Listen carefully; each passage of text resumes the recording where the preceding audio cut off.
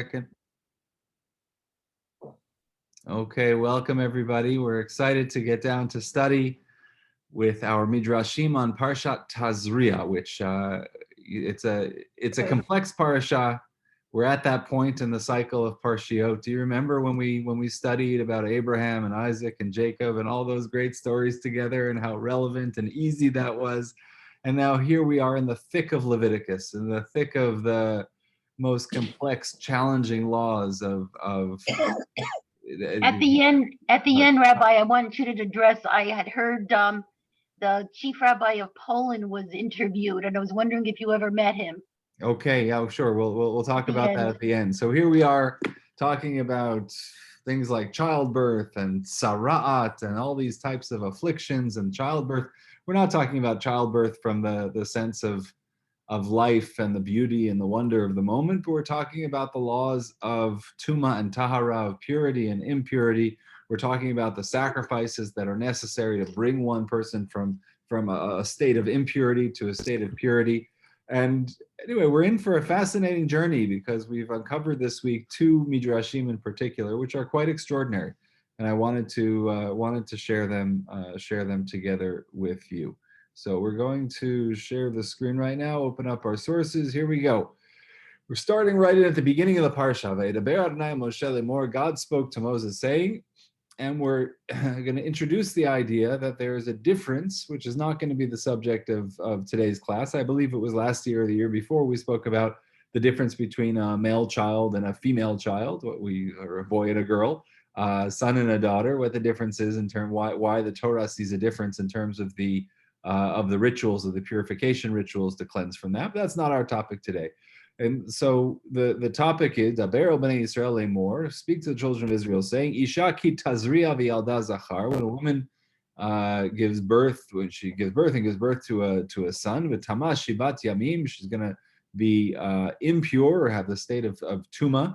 Again, impure is a very challenging translation, but we're going to use it for lack of better translation. Kimei nidot devota titma, that she's got time impure as at the time of her condition of menstrual impurity. That's going to be similar after childbirth. Bayom hashmini, and on the 8th day, yimol basar arlato, he's going to be circumcised, and we're going to focus on that for a moment.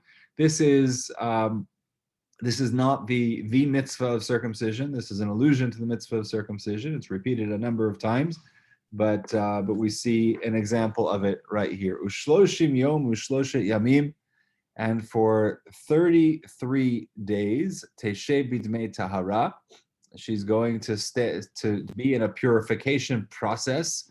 B'chol kodesh lo tiga vel mikdash lo tavo ad malot yimei tahara. She has to finish these days of purification until she can be purified on the 40th day after birth. So you have the 7 days of basically paralleling nida, paralleling the menstrual cycle. And then you have an additional 33 days, and we're going to see that this will actually be repeated an additional 40 days for a girl. That those are the next verses. But we're not going to. I don't want to focus on the nuances or on the details of these laws of purity and impurity, but really we're going to talk about some big issues related both to circumcision and to childbirth. So firstly, Rashi quotes the Midrash and says, if a woman has conceived seed, that's a direct translation, but it means that she has become pregnant and given birth.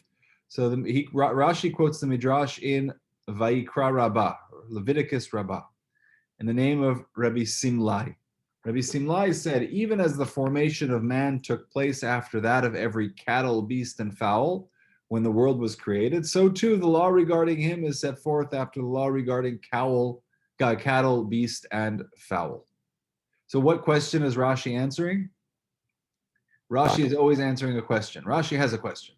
What's Rashi's question? What's bothering Rashi is the name of the book is. What's bothering Rashi? Why did he make? Rashi is disturbed. Rashi is perturbed. Something is wrong here. Well, we came after the animals. The animals came first. And Right. Is that bothering Rashi? Humans came last. Right. So that's Rashi's answer. What's Rashi's question? Rashi's answer is animals came first, humans came last. What's Rashi's question? Why, God? So there's a big question of why, but there's a specific question about this Parsha, which is, why are you talking about childbirth? Where is this coming from? You remember last week's Parsha? Remember, I think we spoke about it a little bit, about kashrut, about animals. Where do you go from last week's Parsha of animals to this week's Parsha of childbirth? That's Rashi's very basic question, which is the Torah is a book as well as it is a source of law and inspiration, but it's also a book. And one verse has to flow to the next, has to flow to the next. And when it doesn't, we have questions. So that's very simply Rashi's question. Last week, you were telling me we were all involved in this whole conversation about animals and what's kosher and what's not and what type of animals and so on and so forth. And now suddenly we're in purity and impurity related to childbirth. You're talking to me about circumcision? Where did this come from? So Rashi's answer is because this is the order that the Torah presents life in. First animals and then human beings. And so too with consumption of life, with animals, so too what's kosher, what's not kosher, so too with birth, all issues related to blood, which is a common denominator of slaughter and birth. This is life. So all of those things, there's a particular order, and that order is first animals, and then human beings. Okay? So that's Rashi quoting the Midrash. Now we have two fascinating Midrashim. And when I say fascinating, I'm not speaking objectively. I think they're fascinating. And one is from the Midrash Tanchuma, and the next is from Vayikra Rabbah. But let's look at the Tanchuma first. And this is connected to the concept of Brit Milah. We'll read it in the Hebrew. It's more, these kinds of Midrashim certainly are more beautiful in the Hebrew. Maaseh. It happened, a story, an incident. Maaseh. Shesha'al Turnus Rufus Harasha. That tyrannous Rufus, the wicked, asked Rabbi Akiva. So around the time of the destruction of the temple, the wicked is asking Rabbi Akiva, Ezo ma'asim na'im, whose works are nicer? Shel HaKadosh Baruch Hu, or shel basar v'adam? Human beings or God? Who makes nicer things? Humans or God? So Amar Lo, so Rabbi Akiva said, very surprising answer. We think people are expected to give certain answers. Rabbis are expected to give certain answers. Rabbi Akiva said, Shel basar v'adam na'im. Human creations are nicer. Amar Lo Turnus Rufus. Turnus Rufus says, aha, I've got you. You're wrong. Harei shamayim v'aretz yachol adam la'asok kiyotze b'hem. Look at the heavens and the earth. Can humans make anything as beautiful as the heavens and the earth? Amar Lo Rabbi Akiva. Rabbi Akiva said to him, Lo tamar li b'davar shehu lamala min habriya shein shaltim alav. You can't give me those examples. That's not fair. We have to have if we're going to play this game, we have to have rules to the game. And you can't say, God created heaven and earth, therefore, then there's no question. So let's compare things that God created, which are similar to things that human beings create. The minute you start talking about, there's certain within logical argumentation, if you want to have the argument, if you want to have the discussion, certain things have to be out of bounds. And in many ways, for many years, just to give an example, not to go off on this tangent, but to give an example, the Holocaust plays this role in philosophy, because any question that can be asked can be disproven by the Holocaust. Any philosophical question, you can always say, yeah, but what about the Holocaust? Yeah, but what about Hitler? Yeah, but what, do you believe that everyone has a portion in the world to come, even an evil person? Yes, yeah, but what about Hitler? Do you believe that God, and so on and so forth? You're always going to have the questions.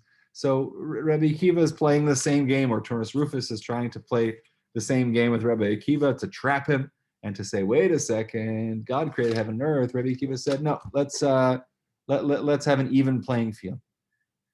Hamar Lo, so he said to him, Turnus Rufus said to him, Lama atem mulim. Why are you circumcised? Why do you people circumcise yourselves? Amarlo, I knew that you were getting to this matter. What's he taught? And he said, therefore, that's why I said that human creations are nicer than God's creations. What's Turnus Rufus's point? What's he actually saying? He's saying, why do you circumcise something that God created? God created humanity. Is that not perfect enough? Why do you need to mutilate why do you need to alter what God created in this way? Are you saying by doing that, are you saying that God is imperfect and that you are better than God? And so Rabbi Akiva said, I knew that's what you were getting at the whole time. That's why I answered that human creations are better. Hevilo, Rabbi Akiva, and to prove his point, Rabbi Akiva brought him shibolim. He brought him wheat stalks, uguluska oat, and brought like loaves of bread, wheat stalks and loaves of bread. Amarlo, Eila Maseh HaKadosh Baruch Hu. He held up the wheat stalks. He said, "This God made, ve'elu Maseh Yadei Adam, and these were made by humans." Rabbi Akiva says that. Amarlo. Ein elu na'im yoter min hashibolim, and then he further said to him, "Aren't these nicer? Aren't the loaves nicer than the wheat? Do you agree that a nice hot soft loaf of bread, delicious, isn't that better than a stalk of wheat? You got to admit that." Amarlo Turnus Rufus. So Turnus Rufus now he concedes the argument. Yeah, you're right. Humans can make nicer things than God can. Bread is nicer than wheat. But let's get back to the topic of the bris, of circumcision. Im hu chafetz b'milah, if God wanted a bris, lama eini yotze havlad mahul mimeimo, why doesn't the child emerge circumcised already? Which is really the core of the question. That was really, and it's a good question. It's a profound question. If God wanted people to be this way, then why didn't God create them that way? Amarlo Rabbi Akiva said, Velama shoro yotzeimo. Why does the umbilical cord come out with the child talui bavitno, and it's still connected to the beten, to the belly button, to the stomach, v'imo chotcho, and the mother cuts it. Maybe that was the ancient practice that the mother herself would cut it. Why does the child come still with the umbilical cord attached? And the similar question, which is why doesn't the child come out circumcised? Because God gave mitzvot to the Jewish people in order to refine them, in order to purify them. What's them? The Jewish people. In order to purify ourselves, in order to make ourselves better people. That's why God gave us the mitzvot. And so, what's really happening here? What is this? That's the end of the conversation. So what's the point? What's the big deal? This is quite a little bit of a meandering exchange between the evil Turnus Rufus and evil in the way that he's trying to trap the rabbi and trying to prove him wrong and trying to show that he's right, and that what Jewish people do with circumcision is actually working against God. What's the big point that this midrash is making? What's the larger point? Any thoughts? Well, God asked for circumcision as a result of the binding of Isaac, instead of killing Isaac as a sacrifice to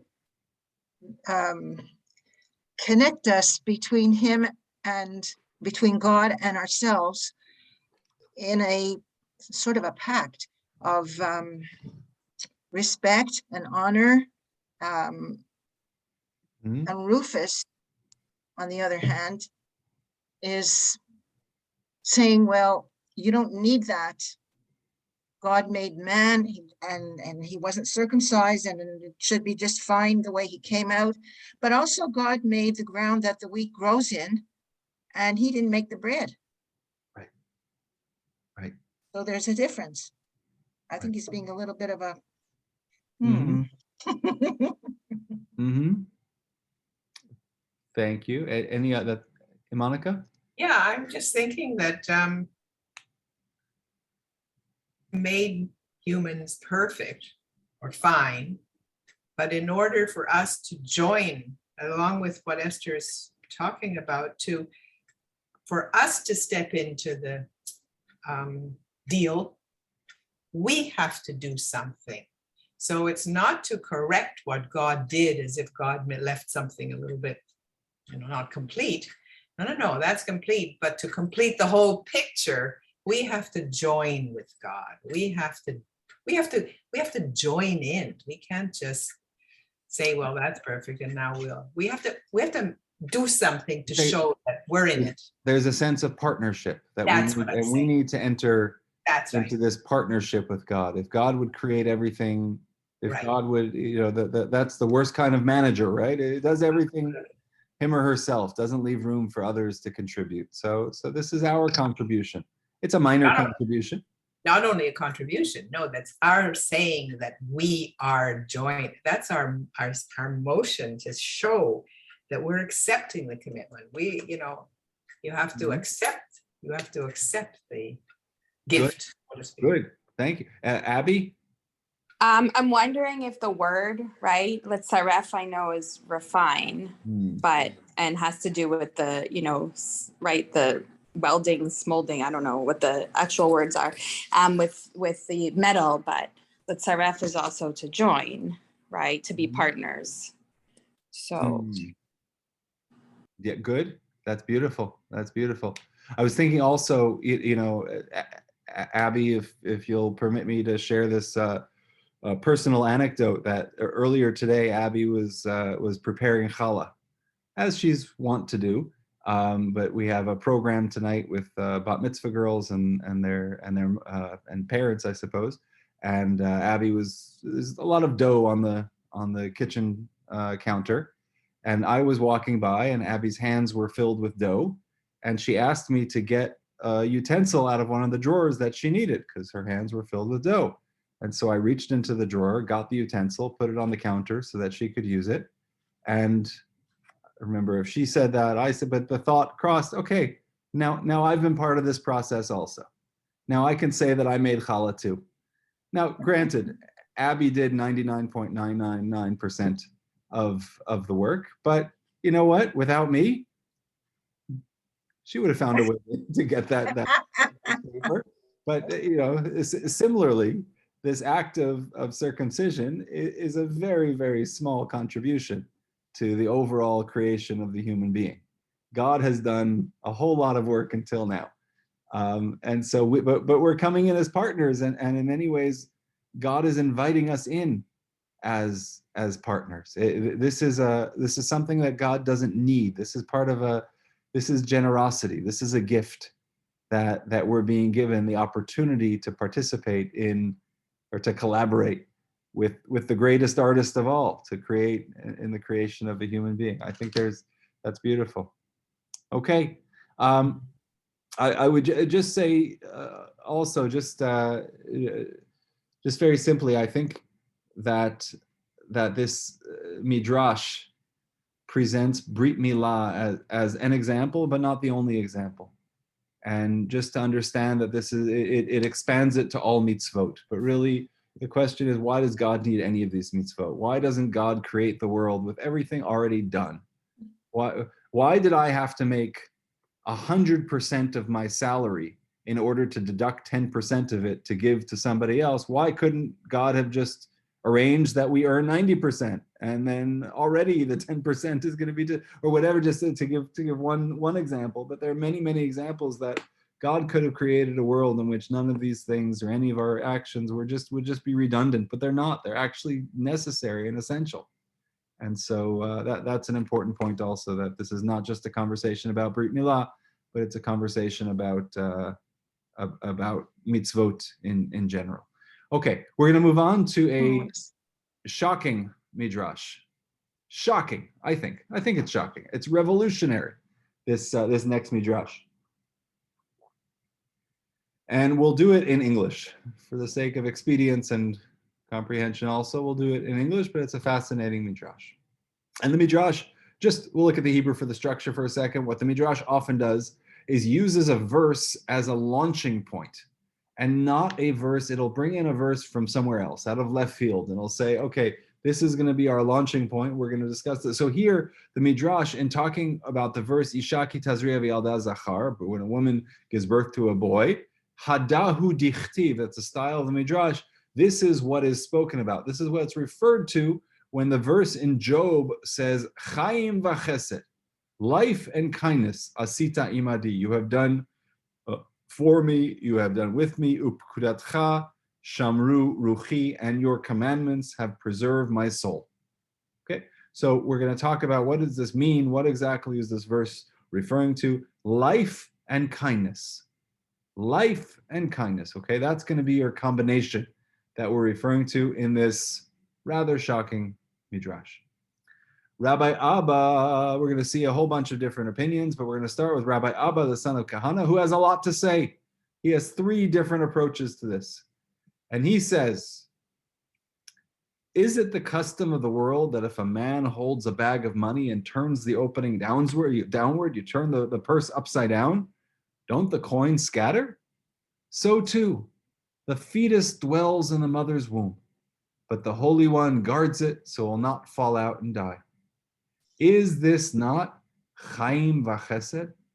Is this not life and care? So what's Rabbi Abba, the son of Kahana, saying?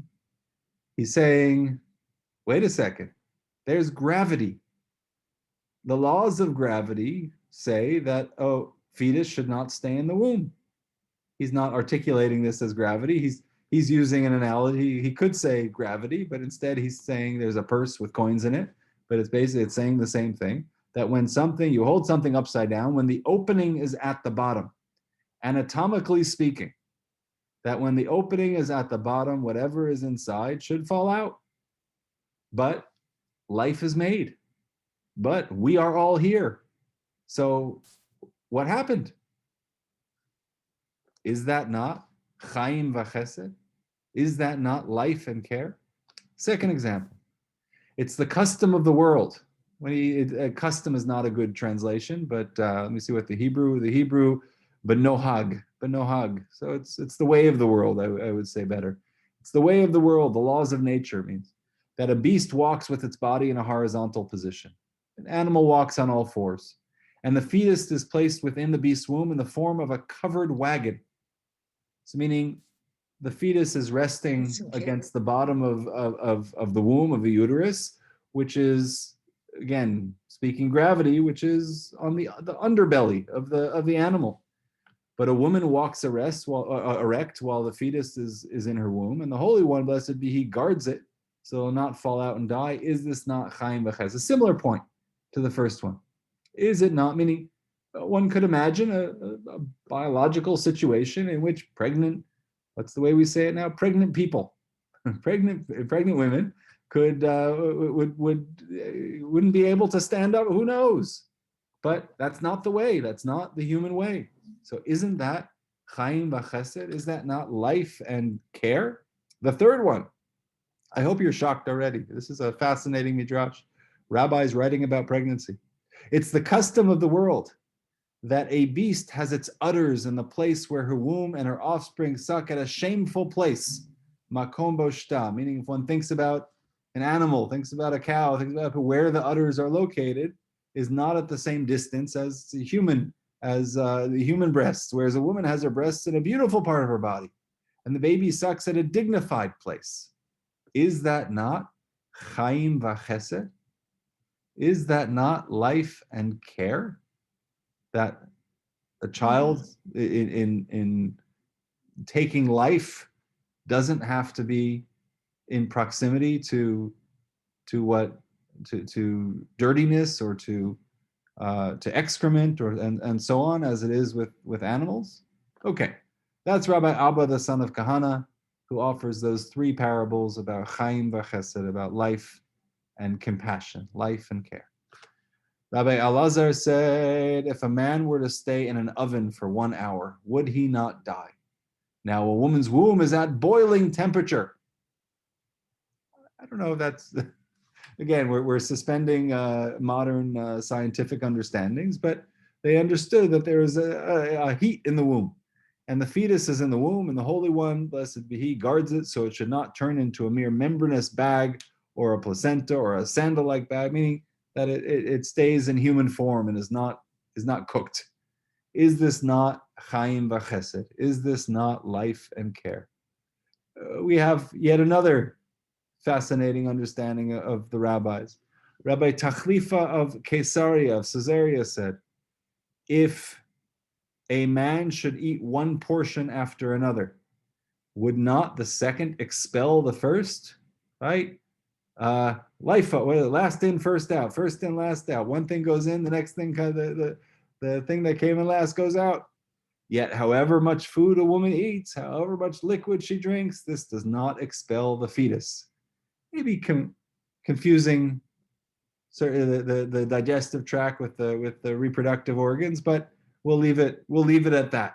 Saying, I don't understand how the inside of a woman doesn't expel a fetus once food goes in to displace the fetus. That's not the way. Is that not Chaim v'Chesed? Is that not life and care? Rabbi Shimon says a woman's womb consists of many chambers, many coils, many bands, so that when she sits on the travailing chair, on the birthing chair, she does not cast the fetus all at once. That would be a very dangerous situation if when it was time to give birth, the fetus would just shoot right out. So therefore, there are many coils and bands, which is an allusion to, of course, the various muscles and tendon. There's a popular saying, when one band is loosened, two bands are loosened, meaning once one comes loose, the other comes loose very quickly, but that's not the way it happens with childbirth. That's not the way at all. So isn't that an example of Chaim v'Chesed, of life and care? Rabbi Meir said, and this is the last one, the whole 9 months of pregnancy, that a woman does not see menstrual blood, she really should see it. I mean, there's no reason not to per se. So what does the Holy One, blessed be He, do? He directs the blood upward to her breasts and turns it into milk so that the fetus may come forth and have food to eat. We're not reading a biology textbook. Right, let's just be very clear about that. But we're reading the ancient rabbis in their understanding of childbirth. And what do you make of their understanding? What do you make of all of these points? The Midrash on our Parsha this week, which talks about childbirth. And they say this verse in Job speaks to all of these different areas and aspects of producing a human being. You bestowed upon me life and care. Your providence watched over my spirit. So what do you make of this? What is it? What's happening?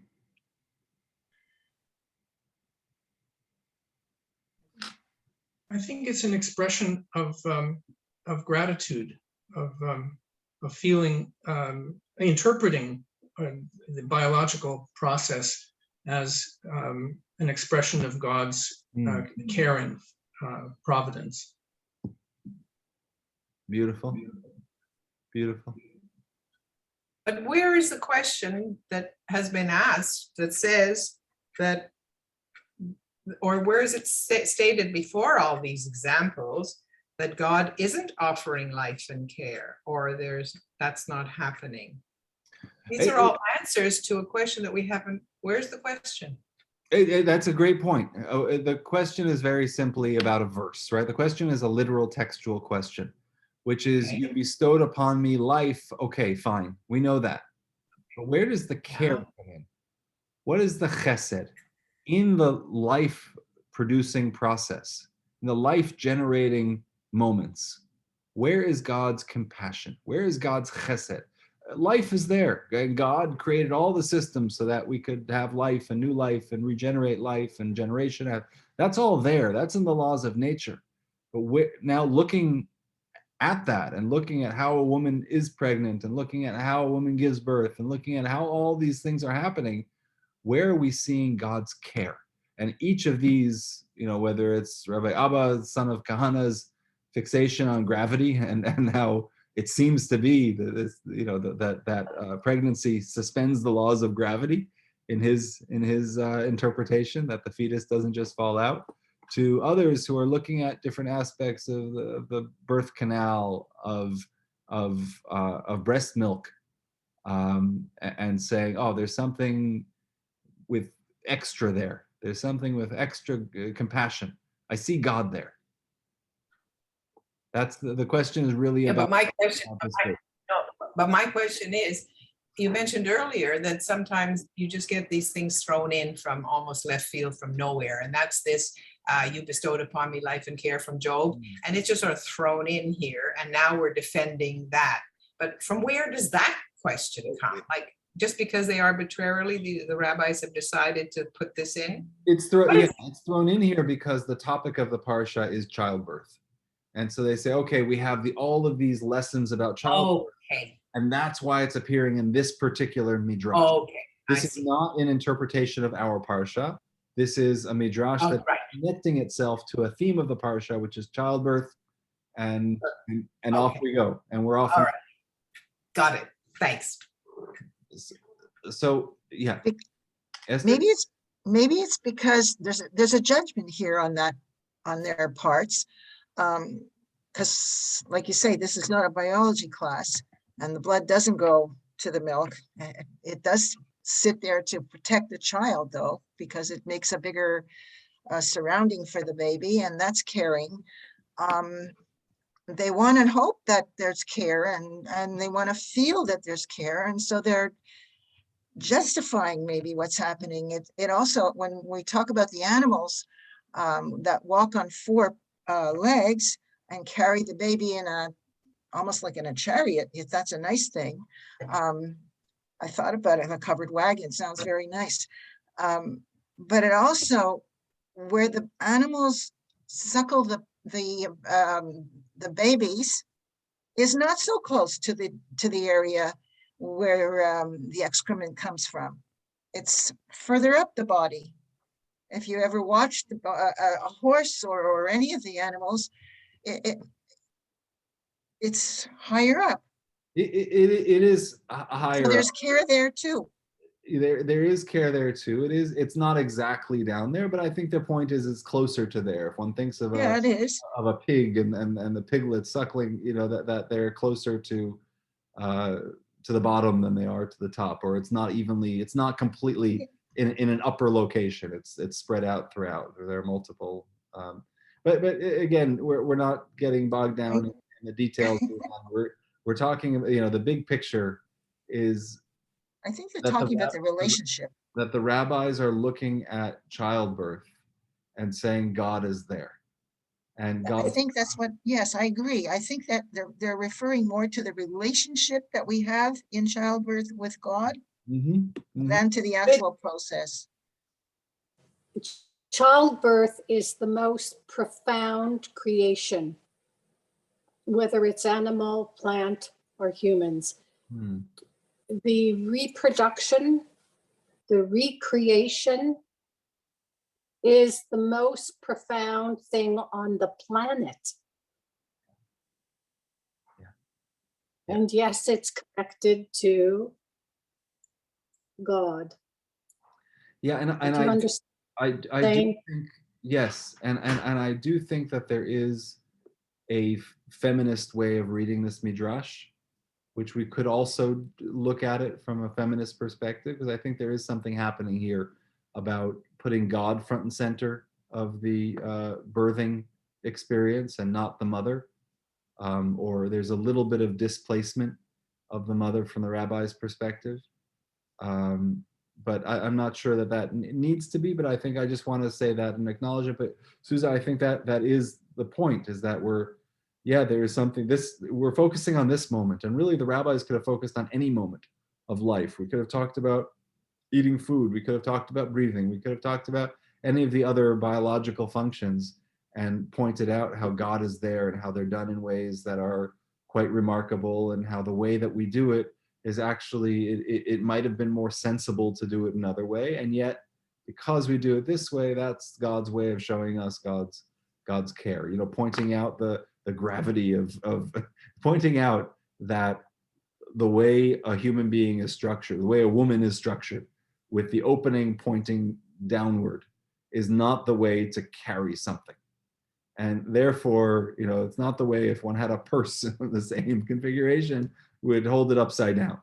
And that's simply not and just pointing out that very basic fact and saying that's not just because I'm sure there are scientific, of course there are scientific explanations, of course there are ways of showing the development of humanity and showing an anthropological level why exactly we are that way. But what they're saying is it's not logical, and therefore God is there, and specifically in childbirth, because of the profundity of the experience, that's where we're going to find God. And it's magical. It's mystical. It's magical. And for any of you that have a camera and you see through the lens of a camera, you see things that are mystical, magical creations on our planet. And it, yes, connects back to you, to God, to the Torah. It's there too, as well and above all. Beautiful. It's interesting that in a restricted pregnancy, you can't stand on your feet. You got to lay down. So it's kind of, it goes against this whole process. In other words, when you have the abnormal situation, you can't stand up. You can't have the erect posture that you have normally. So it's kind of an interesting sideline. Yeah, that's a great point, Sandra, that this is the way it generally is with a successful pregnancy, but not always. There is bed rest. Sometimes women squat. Sometimes women squat, particularly the indigenous people, because my father was a doctor in Saskatchewan, and sometimes the Indians, they called them the squaws. They would go out behind the tent and squat and expel the baby. Wow.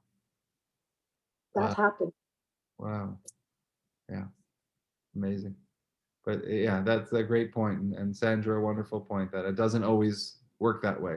And anyway, well, yeah, I think that's important to acknowledge as well.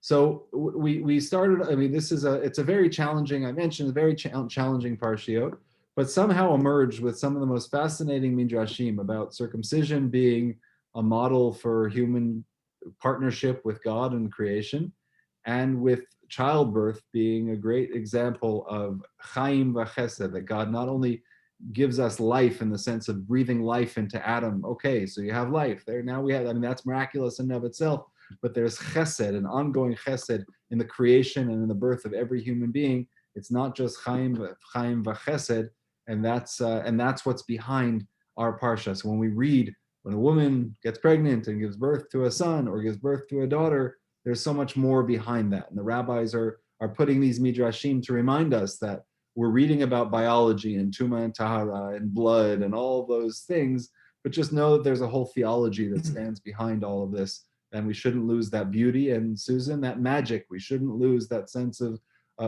mysticism and spirituality and awareness and consciousness of the divine in all of this, even as we're talking about somewhat difficult and visceral topics, such as the purity and impurity in the blood and so on and so forth. And yet we have these fascinating midrashim which somewhat ground us in the spirituality, which I think is very important as well. Yeah. This puts pressure on us for next week, because next week is Metzora, is leprosy.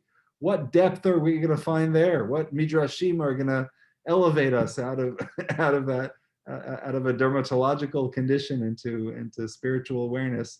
Can't wait to see. How is leprosy connected to the Torah? Back next week. Really? That's next week's parsha. Oh. Okay. All right. So this week we're left with connection with Hashem and wonder. Where are we going to head next week? Yeah. Yeah, There you a go. question. I'll Perfect. have to think about that at 3 o'clock in the morning when I wake up. Fantastic.